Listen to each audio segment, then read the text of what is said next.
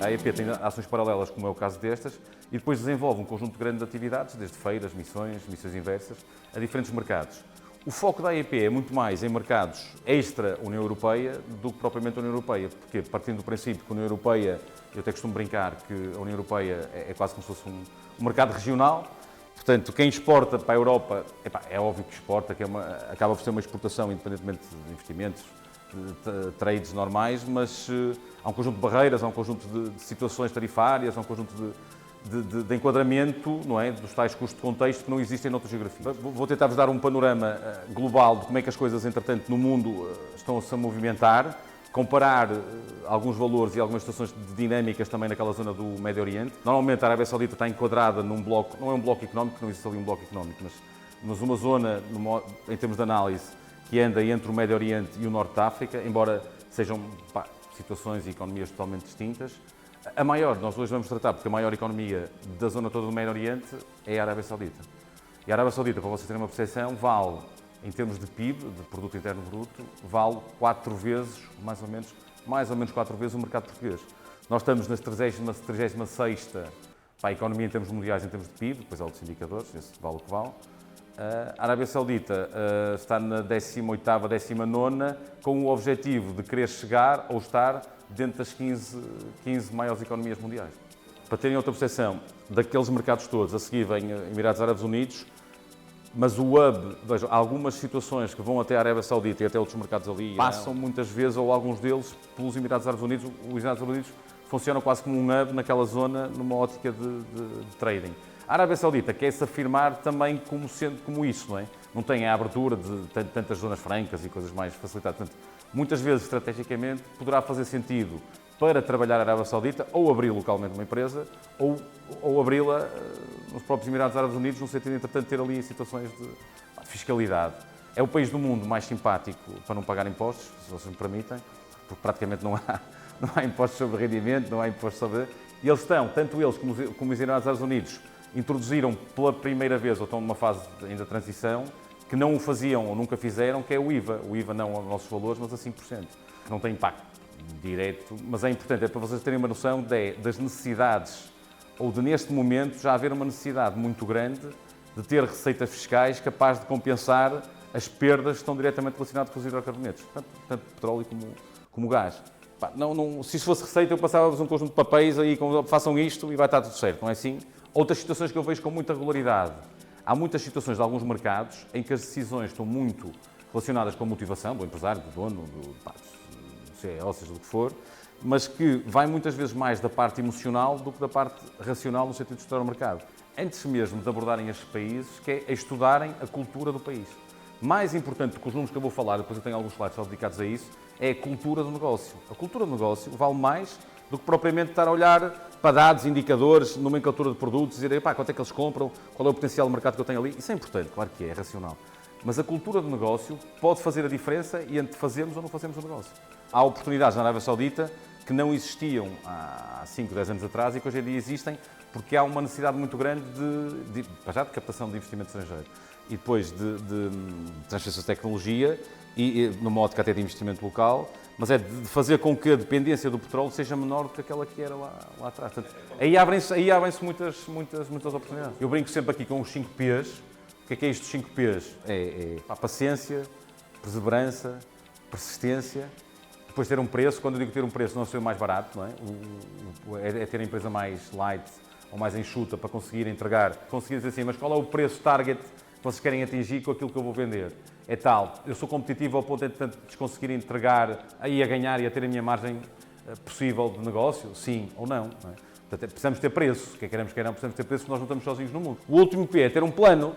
Como é ter isto mais ou menos pensado? Como é que eu vou abordar o mercado?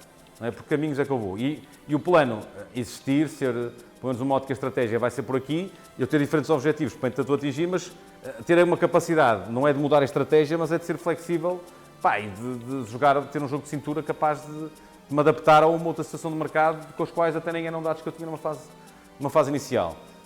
O que é que eu chamo isto de paciência? E neste mercado da Arábia Saudita isso é uma realidade, que é Epá, há coisas que começamos a trabalhar hoje, mesmo em termos de contactos, visitas ao mercado, têm o seu tempo de maturidade. Não quer dizer que, por alguma razão, uma oportunidade, eu não esteja a negociar uma coisa hoje e feche daqui a amanhã ou daqui a 3 dias. Pode acontecer. Isso é raro. O que eu quero dizer é, podemos começar a trabalhar o mercado da Arábia Saudita hoje e só ter resultados daqui a 2, daqui a 3 anos.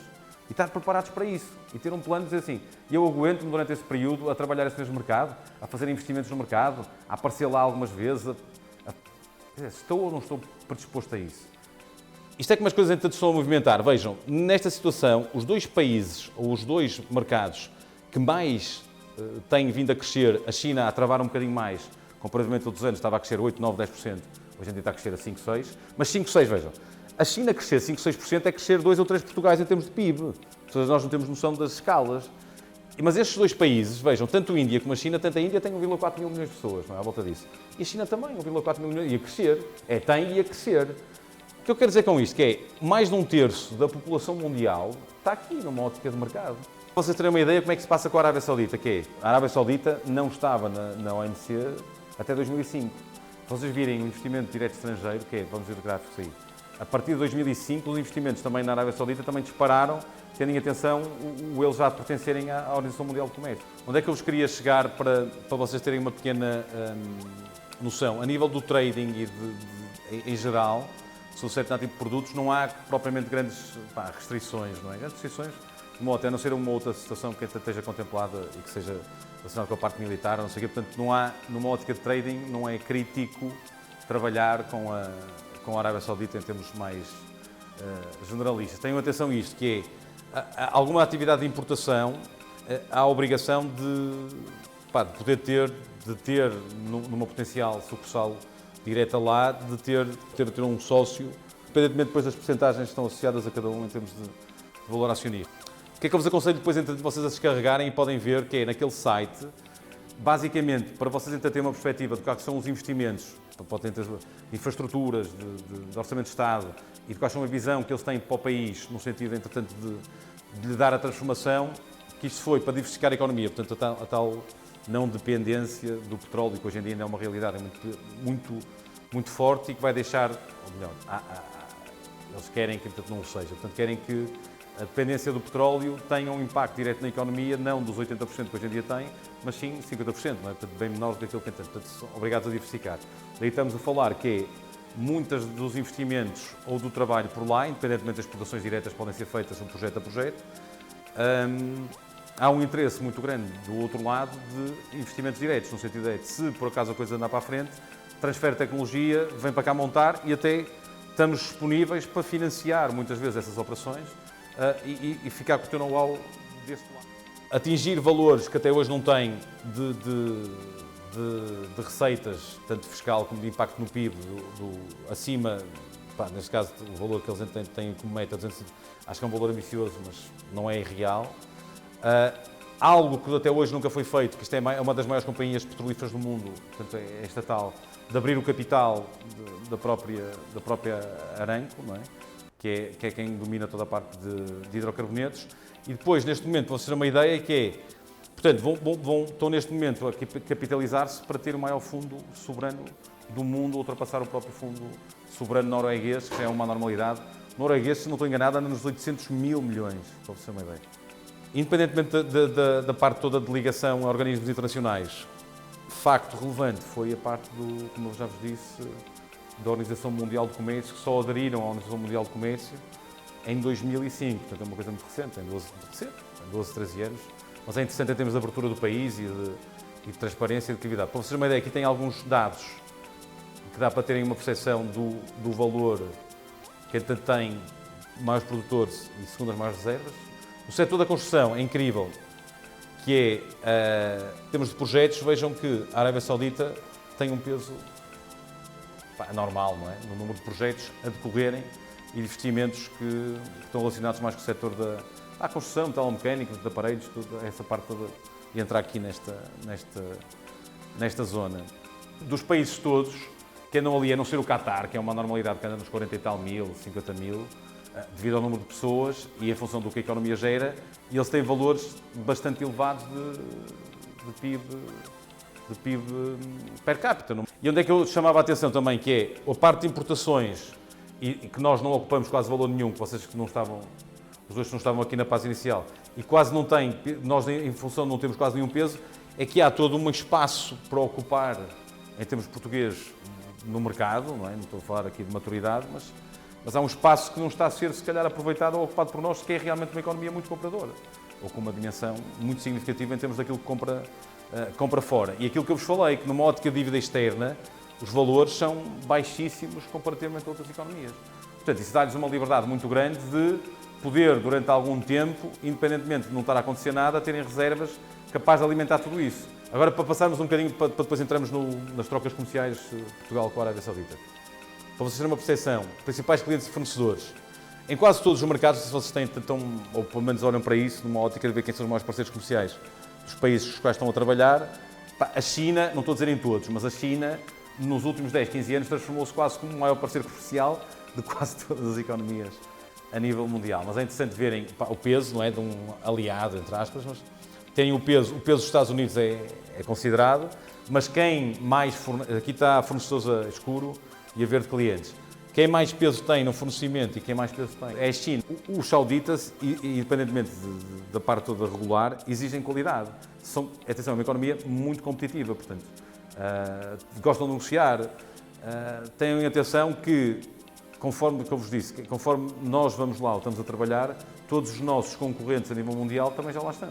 Mas vejam o peso, não é? Para vocês terem uma ideia, nós ocupamos o lugar, portanto, somos modesto, não é? Ou quase modesto, ou quase não temos expressão. Embora a crescer, quase não temos expressão. 29º, portanto, nós estamos aqui muito cá para baixo. A Arábia Saudita procura Europa, vê-nos integrados dentro da Europa. Portanto, nós quando nos apresentamos, independentemente de Portugal já poder ter o peso que tem, devemos nos apresentar como europeus, não é? Portanto, a ligação à Europa é importante também na forma como são abordados os mercados. Lembram-se o que é que eu vos disse aqui, da OMC, Organização Mundial de Comércio? Eles basicamente tinham uma capacidade muito baixa de captação de investimento estrangeiro, independentemente daquilo que faziam lá localmente, e aqui é que se nota a maior abertura da economia dá-se mais ou menos no período em que eles aderem à Organização Mundial de Comércio, em que vocês veem que há uma captação grande, ou anormal, ou bastante significativa de captação de investimento. O que é que isto significa também? Significa que, se nós vemos isto numa ótica macro, que é, eles não precisam de capital estrangeiro, embora estejam abertos e queiram-no, na transferência de tecnologia e isso, eles não precisam de capital estrangeiro para fazer aquilo que lhes apetece, porque têm dinheiro. Portanto, se vocês encontrarem um parceiro lá local, estamos a falar sobre isso, que é, pode haver parceiros locais que estão disponíveis para vocês, entretanto, montarem a vossa estrutura e disponíveis para montar o vosso negócio em função de um projeto grande do qual estão a fornecer, pode ser geradores, o que for, a iluminação pública, não é? Nessas novas cidades e isso, estão disponíveis para transferir para cá as coisas e nós estamos disponíveis para financiar o vosso negócio e a forma como então vão fazer cá. Balança comercial de bens e serviços. Vocês vejam numa ótica de dimensão que é, ele basicamente houve um salto, ele não está aqui para trás, mas eu posso-vos dizer, em 2009, 2010 nós estávamos a vender na ordem dos 70, 80 milhões, houve aqui um salto significativo, que subimos para os 140, 150, e tem-se mantido mais ou menos. Mas vejam, é interessante vermos que não há um crescimento anormal, há ali uma oscilação pequena, mas há ali uma constância. Portanto, em média, não é? E a média também vale o que vale, mas andamos a vender 170, 180 milhões para a Arábia Saudita nos últimos 4, 5 anos. Os setores mais apetecíveis ou mais interessantes dentro das diferentes áreas andam à volta disto. A tendência que eu vejo da Arábia Saudita é que o mercado cresce, o número de exportadores portugueses está a crescer, mas a minha opinião é que nós não estamos a aproveitar, há um potencial todo que nós não estamos a aproveitar neste mercado. O que é que eu tentei montar aqui, que é 3 slides só para terminarmos, sobre a cultura cultura do negócio, boas práticas. Para mim são capazes de ser os 3 slides mais, independentemente dos números, mais interessantes de aproximação ao mercado, que vocês devem terem atenção e respeitar. Agradecer-vos a vossa participação.